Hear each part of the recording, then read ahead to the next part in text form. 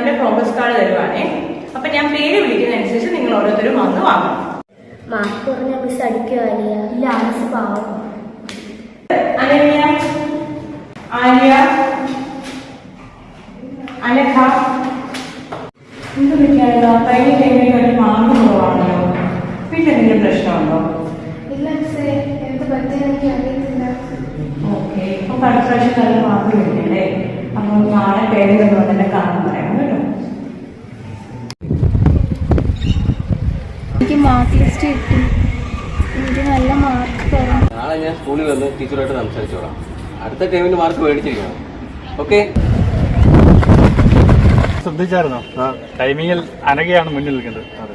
ജില്ലാതല മീറ്റിംഗ് കുട്ടിക്ക് തന്നെ ഫസ്റ്റ് കിട്ടാൻ ചാൻസ് ഉണ്ട്. സ്പോർട്സ് മീറ്റിൽ 2ാം സ്ഥാനം നമ്മുടെ സ്കൂളിന്റെ മെഡലുകളാണ് നമ്മൾ കുട്ടികൾ ചെയ്തിരുന്നത്. അതിൽ സ്വർണ്ണ തിളക്കത്തോടെ 5 മെഡലുകൾ നേടി അനഘ രാജ് ഇന്ത്യൻ താരമായി വേദിയിലേക്ക് വരിക.